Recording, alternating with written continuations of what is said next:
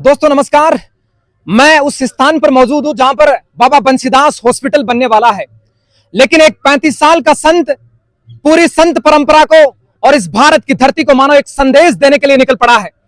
अगर भारत की संत परंपरा का इतिहास उठाकर देखे जाए तो मठ बने हैं, मंदिर बने हैं, गुरुद्वारे बने हैं, लेकिन शिक्षा के लिए महाविद्यालय और आम जनता के लिए, इलाज के लिए, उसके स्वास्थ्य के लिए चिकित्सालय इस भारत की संत परंपरा में चंद चुनिंदे लोगों ने बनवाए हैं। और उसमें सबसे पहला नाम अगर लिया जाएगा तो परम पूज्य श्री श्री 108 श्री ओमदास जी महाराज पीठाधीश्वर अखिल भारतीय संघ लिया धूनी का नाम आएगा। यह वही स्थान है जहां पर बाबा बंसीदास हॉस्पिटल की नींव कल रखी जाएगी। उसका शिलान्यास का दौर कल से शुरू होगा। संपूर्ण इतिहास की तरफ रुख करते हैं और आगे बढ़ते हैं जनमत राजस्थान पर। दोस्तों ये जो पीछे आपको महाविद्यालय नजर आ रहा है, ये बाबा खीमादास ने अपनी तप से बनकर तैयार किया था। और इसीलिए बाबा खीमादास ने जब उस जमाने में जागो भारत के नर नारी कुकर्मा न छोड़ शिक्षा ले वो गुरारी, कि तुम्हें हर क्षेत्र से शिक्षित होना है, और उसी का ये आज बड़ा एग्जाम्पल आप लोगों के सामने दिख रहा है। पिछड़ों के लिए, दबे हुओं के लिए, कुचलों के लिए, जितने भी जो गरीब तबके के लोग हैं उनके लिए एक ये बेहतरीन संस्थान उस समय उस जमाने में ओपन कर दी थी। और इसीलिए दोस्तों कहते हैं कि ये एक प्राणी मात्र को एक समझने का जो एग्जाम्पल है वो यहीं से निकल कर आ रहा था। और स्लोगन अक्सर इसीलिए लहराया जाता है कि हम सर्वभंगी सबके संगी, मेट दिया झोड़ तमाम, छुआछूत का भ्रम मिटाया, कर दिया चक्का जाम। यानी अब अनटचेबिलिटी नहीं चाहिए, अब सारे के सारे प्राणी मात्र एक जीव है। और उसी के लिए ये शिक्षा के क्षेत्र में इन्होंने इस महाविद्यालय की स्थापना की थी। तब वो 24 दिसंबर 1998 की वो बात है।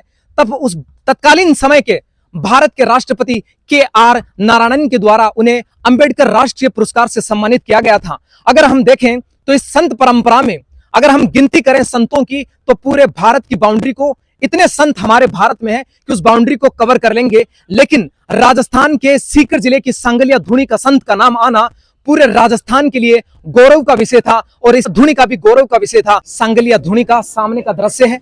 अगर मैं आपको बताना चाहूं, यह औगड़पंथी आश्रम है जिसे हम सर्वंगी संप्रदाय भी कहते हैं, यानी जो प्राणी मात्र को सिर्फ एक समझता है। सार्वधर्म संभाव की भावना और सांप्रदायिक सौहार्द की जो सबसे बड़ी मिसाल जहां पर हमें देखने को मिलती है वही यह औगड़पंथी आश्रम है, जिसे हम सर्वंगी संप्रदाय के लोग कहते हैं। यानी प्राणी मात्र को सिर्फ एक समझने वाला यह आश्रम है। अंदर चलते हैं दोस्तों। यह सांगलिया जो गांव है, यह सांगलिया गांव आज से करीब 350-400 बरस पहले बाबा स्वांग ने इस गांव की स्थापना करी थी। लेकिन उससे पहले इस सांगलिया गांव के हम अगर इतिहास की चर्चा करें तो बाबा लकड़दास ने इस धूनी की स्थापना सबसे पहले करी थी। लेकिन वो हुई कैसे थी? दोस्तों कहते हैं कि 12 साल की उम्र में ही लकड़दास जी महाराज संतों के समागम के साथ घर को छोड़ चुके थे और धीरे धीरे चल पड़े थे आगे की तरफ। और करीब 12 वर्ष की उम्र में जब वो घर छोड़ने के बाद पंजाब का एक स्थान पड़ता है जिसका नाम है बोहर। पंजाब के उस स्थान बोहर पर जब वो पहुंचते हैं तो पंजाब पहुंचने के बाद एक साधु सन्यासी बाबा करीब 35 बरस से पंगत लगाए हुए ध्यान की मुद्रा में बैठा था, तपस्या कर रहा था। तो कहते हैं कि बाबा वहां पर पास पहुंचते हैं, और जब वो पास पहुंचते हैं तो वो जो साधु संत ध्यान लगाए बैठा था वो खड़े होते हैं और अपनी आंखों को खोलते हैं। तो कहते हैं लकड़दास जी उस समय कहते हैं कि बाबा मुझे कुछ चाहिए। तो कहते हैं सामने की तरफ धुआं जल रहा था, अंगीठी के अंदर सारे के सारे जो अंगारे थे उनको लपेटकर लकड़दास जी महाराज को दे देते हैं। बाबा अपनी शक्तियों को, क्योंकि शक्ति थे तो शक्तियों का प्रयोग करते हुए उसे चादर में समेटते हैं मानो कोई प्रसाद ले रहे हो, और वहां से आकर फिर यहीं पर इस धूनी माता की स्थापना करते हैं। ये जो पीछे आपको स्थान दे रहा है यही वो अखंड ज्योत है जो उस समय से लेकर आज तक अखंड ज्योत प्रज्वलित हो रही है और आज तक जल रही है। अगर मैं इस धूनी माता के अंदर की बात करूं तो यहाँ पर 5 समाधियां जो है वो बनी हुई है। इसमें सबसे पहले लकड़दास जी, मंगलदास जी, लादूदास जी और मानदास जी महाराज की समाधियां स्थल बनी हुई है। और उसके बाद यहाँ पर जो पीठाधीश्वर बने थे उनका नाम था मंगलदास जी। अगर आप कभी डीडवाना की तरफ रवाना होंगे और डीडवाना से पहले एक स्थान पड़ता है दौलतपुरा, और दौलतपुरा के अंदर एक गांव है जिसका नाम है फोगड़ी।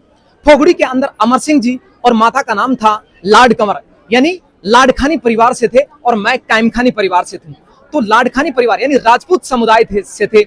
और बड़ी दिलचस्प कहानी है दोस्तों कि मंगल माया तांग दे, हांडी ले ले हाथ, वर्ण छती सो मांग ले, मत पूछे ना जात। ये मंगलदास जी की बड़ी कहानी है, लेकिन हम उसके बाद चर्चा करेंगे। लेकिन मंगलदास जी के बाद अगर यहाँ पर कोई पीठाधीश्वर बने थे तो उनका नाम था मीठा राम जी। अगर आप देखेंगे तो लोसल के नजदीक एक गांव पड़ता है और उस गांव का नाम है भिराना।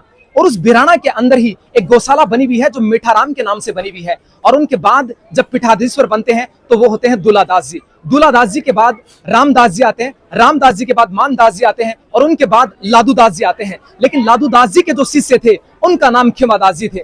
दोस्तों, ये जो खेमादास जी थे, आपने कभी देखा होगा लाड़नू के अंदर एक तहसील पड़ती है, लाड़नू तहसील में गांव पड़ता है और उस गांव का नाम था बिठूदा। और उस बिठूदा के अंदर उनके पिता का नाम था खुमाराम जी और माँ का नाम था चौथी देवी। कहते हैं कि खुमाराम जी और चौथी देवी का इस धूनी के प्रति बड़ी आस्था थी, बड़ी श्रद्धा थी और लंबे समय से वो लोग इस धूनी से जुड़े हुए थे। लेकिन जब खुमाराम जी और चौथी देवी को लंबे समय तक संतान की प्राप्ति नहीं हुई तो वो धूनी में आस्था करने के लिए आते थे।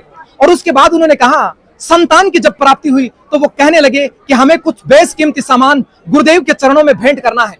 और जब संतान हुए तो कहते हैं कि बाबा खेमादास को ही गुरुदेव लादूदास जी महाराज के चरणों में भेंट कर दिया। और इसीलिए स्लोगन लहराया जाता है कि दर्शन कर परसन भय साहिब संत बोहरंग, खीवा कभी ना छोड़िए संत गुरु जी का संग, कि यानी खीवा तुझे संत गुरु का कभी संग नहीं छोड़ना है।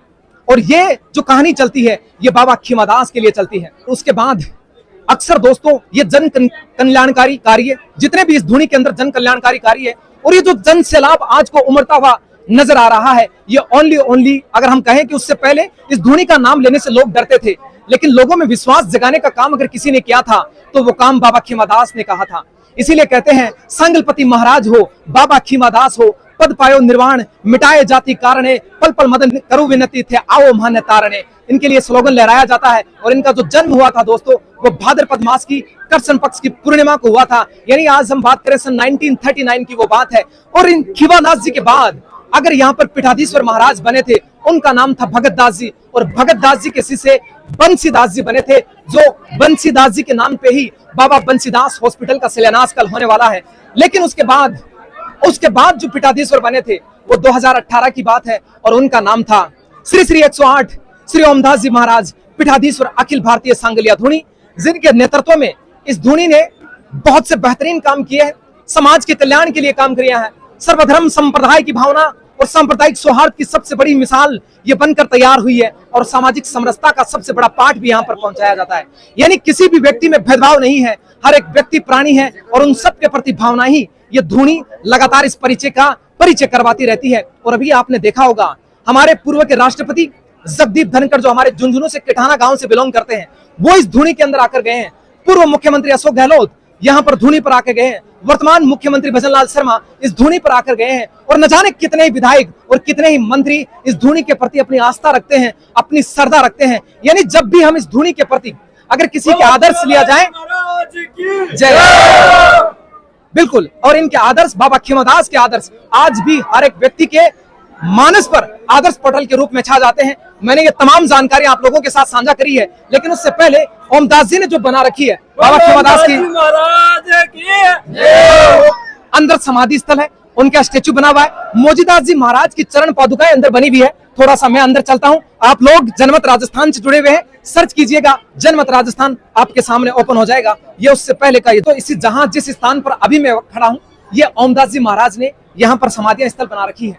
उनमें चाहे आप देखेंगे कि यहाँ पर बंसीदास जी महाराज हो, खेमादास जी महाराज हो, मोजीदास जी महाराज जो अड़कसर धूनी जो है जिसकी स्थापना उन्होंने करी थी, उनकी चरण पादुकाएं यहाँ पर आपको देखने को मिलेगी। और ये जो जनसैलाब आज को उमड़ता हुआ दिखाई दे रहा है, ये बाबा खेमादास की 24वीं पुण्यतिथि पर आपको दिखाई दे रहा है।